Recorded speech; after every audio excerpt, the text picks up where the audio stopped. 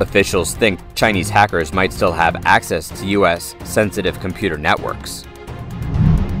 China cuts offshore internet access to website of province near Taiwan. Chinese aircraft carrier sails through Taiwan Strait. Wuhan calls out hundreds of companies on debt, urges repayment.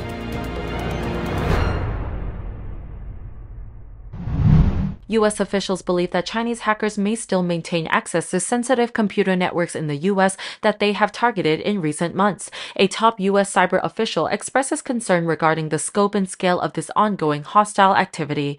According to CNN, National Security Agency Director of Cybersecurity, Rob Joyce, said the latest Chinese regime-backed hacking attack targeted key U.S. sectors is unacceptable because once the hackers could access networks, they could disrupt American critical services in the future.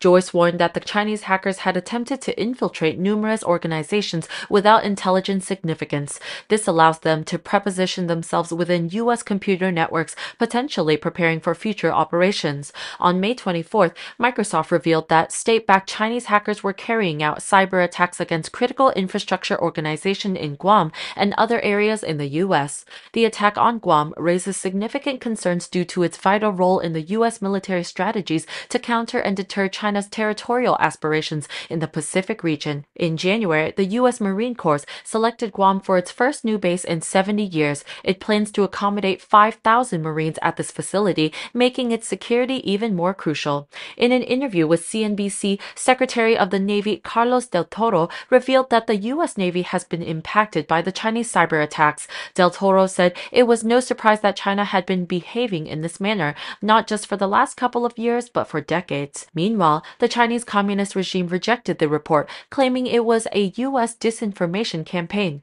Chinese hackers have been accused of cyber attacks on U.S. agencies and businesses for espionage and intellectual property theft. These attacks include the notorious data breach of the Office of Personnel Management in 2015 and the hack of Equifax in 2017. Additionally, a Senate panel investigation in 2014 revealed that state-backed Chinese hackers gained unauthorized access to the data of military contractors, including airlines and technology firms.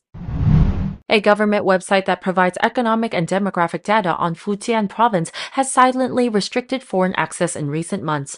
According to Reuters, although more users have noticed the changes recently, the earliest overseas user experiencing problems with the official website of Fujian Statistics Bureau said it happened in March. Beijing attributed the disruption to emergency measures that were taken in response to a cyber attack. The Chinese Ministry of Foreign Affairs told Reuters that regular users could apply for an appeal to reconnect with the site, which is standard advice the Chinese government uses when it restricts other databases such as the Wind. The site is still accessible to mainland users. China has increasingly limited foreign access to key databases that suggest its economy and military advances. In early May, the Wall Street Journal reported that some senior officials had been alarmed by how far such public information can help experts explore sensitive topics. Reuters added that limits to such databases happen as Beijing is trying to promote a slowly recovering economy amid rising geopolitical tensions and domestic regulations. The Fujian province website is more critical than those in other provinces because foreign investors would use its data to track China's military activity in the cross-Taiwan Strait area. The province is only 315 kilometers away from Taiwan, separated by a narrow sea of the strait. Outside of that, Fujian boasts a $790 billion economy, which Reuters notes is equivalent to that of Switzerland. Users disclosed that some foreign research firms, economists, and financial institutions that followed the Chinese economy relied on that data for detailed information.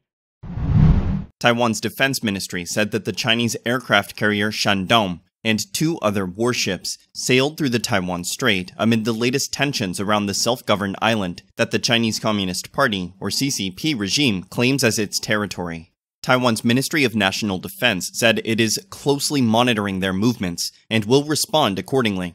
The ministry stated that the Shandong aircraft carrier navigated through the strait in a northerly direction around noon, adhering to the median line unofficially dividing the two sides. Reuters reported that in March last year, the Shandong, commissioned in 2019, also sailed via the Taiwan Strait. It was just hours before the Chinese leader and U.S. president were due to talk.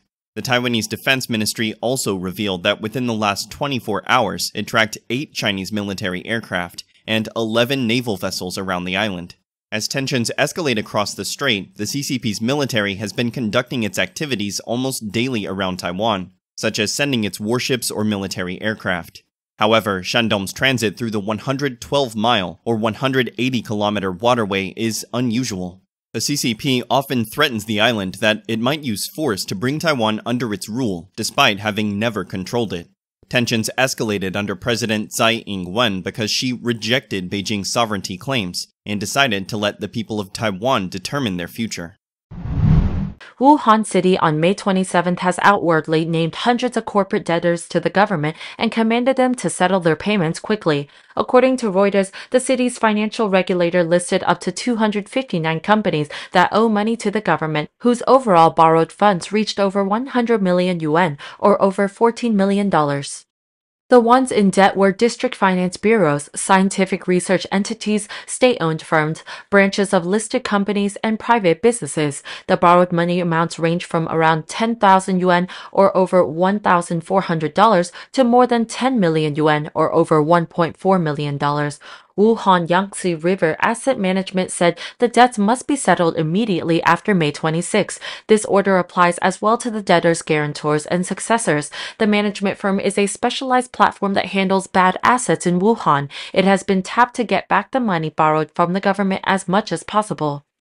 The stern announcement came as local governments in China struggle with financial difficulties from 3 years of the pandemic and real estate fallout. According to Reuters, in the first quarter of 2023, Wuhan's local budget revenue fell 8.5% compared to the same period last year. China has yet to recover from the zero-COVID era as expected, with some indicators suggesting the opposite. Youth unemployment, for example, reached a record of 20.4% in April, up from 16.7% at the end of 2022.